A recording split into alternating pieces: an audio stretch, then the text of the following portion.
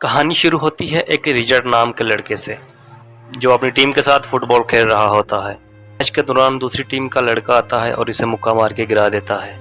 इस बात पर रिचर्ड को बहुत गुस्सा आता है और उसे बुरी तरह मारता है। तो उधर बैठे लोग उन्हें देखकर परेशान होते हैं। फिर दिखाया जाता है कि रिचर्ड अपनी गर्लफ्रेंड लीजा के साथ गाड़ी में बात कर रहा होता है।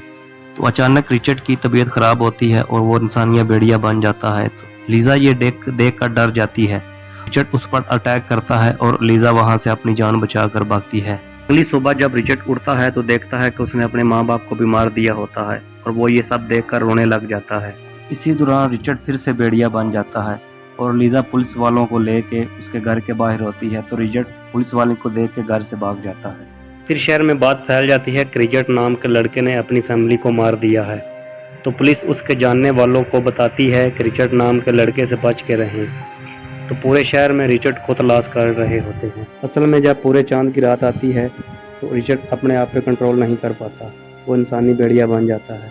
दूसरी तरफ उसको पता चलता है मरने वाले मेरे असली माता पिता नहीं थे।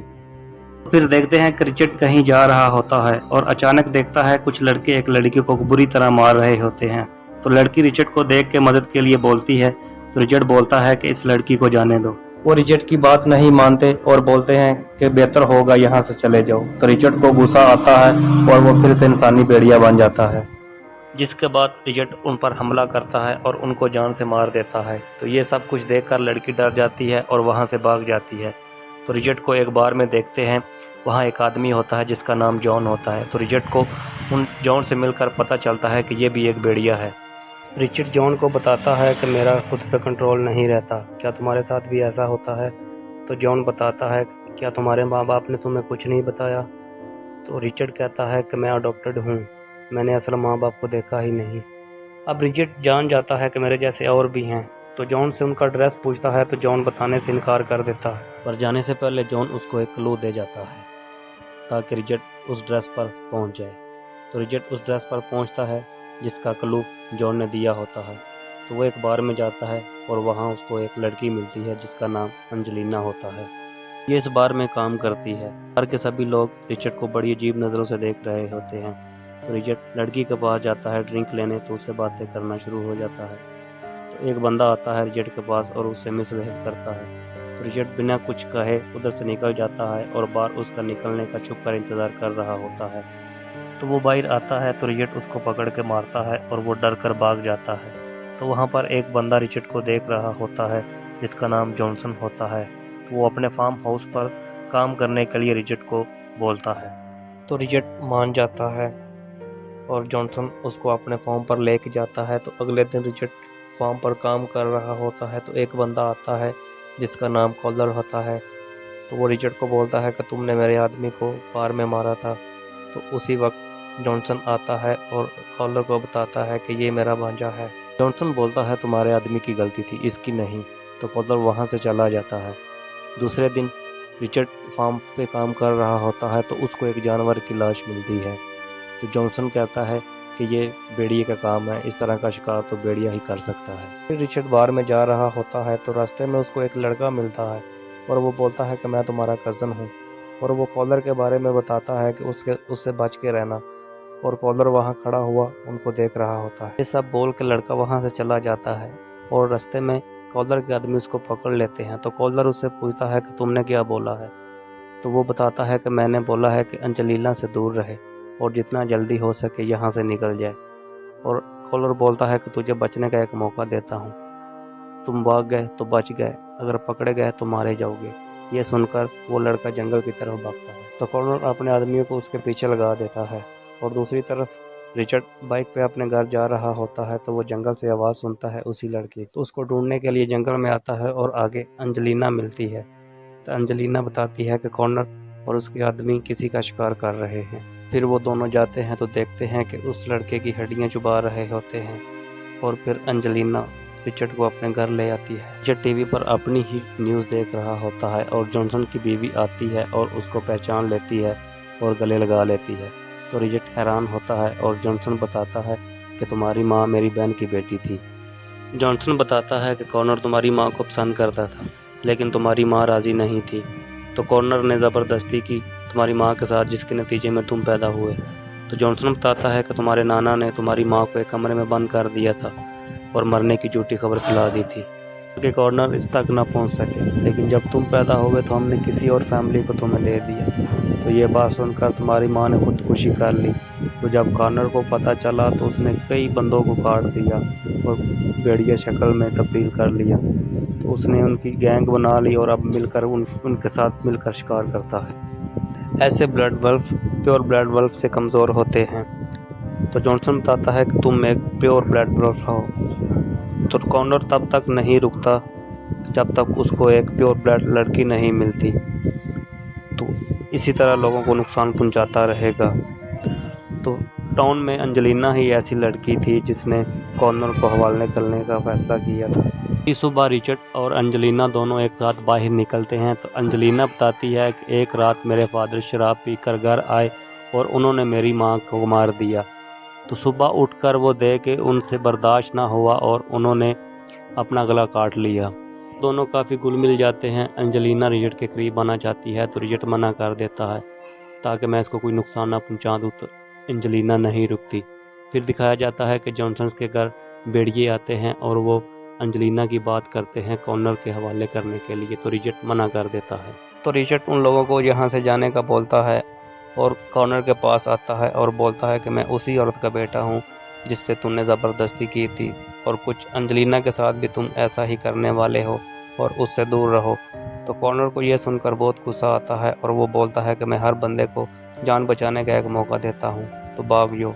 ये बात सुनकर रिचर्ड जंगल की तरफ भागता है और कॉर्नर के बंदे उसके पीछे होते हैं। तो कॉर्नर के बंदों को मार देता है और कॉर्नर खुद आता है अपने बंदों के साथ और रिचर्ड को घेर लेते हैं और मारते हैं।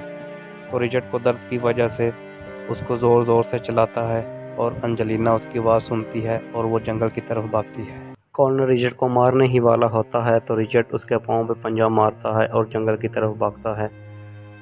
तो आगे देखता है कि खाई होती है और कॉर्नर के बंदे उसके पीछे होते हैं। तो वो खाई में छलांग लगा देता है। नीचे गिरने से रिचर्ड को काफ़ी चोट आती है और वो ज़ख्मी हो जाता है।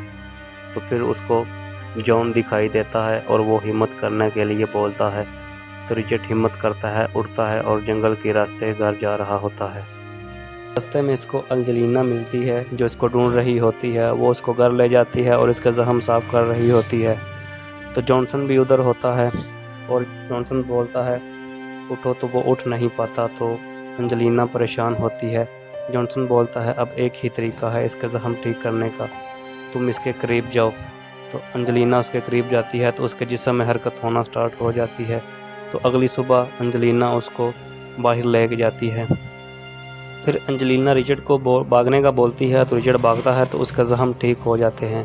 फिर वो जॉनसन के पास आते हैं तो जॉनसन कुछ काम कर रहा होता है। तो रिचर्ड देखता है उसके पास काफ़ी असला बारूद पड़ा होता है।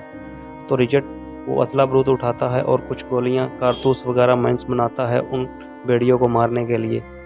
तो रिचर्ड माइंस बिछा रहा होता है तो उसको घर से चलाने की आवाज़ आती है एंजेलिना की। तो वो घर जाके देखता है तो एंजेलिना को वो ले गए होते हैं और जॉनसन की बीवी और जॉनसन को भी साथ ले जाते हैं। तो रिचर्ड को एक लेटर मिलता है जो कॉर्नर के लोग छोड़ जाते हैं रिचर्ड के लिए। उस पर लिखा होता है मिलने के लिए।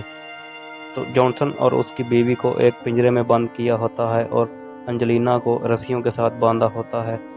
तो रिचर्ड भी उधर आ जाता है। वो देख के बहुत गुस्सा आता है और वो बियरबोल्ट पे तब्दील हो जाता है। तो सबसे पहले वो पहरा देने वालों को मारता है और कॉर्नर भी उसको देख लेता है।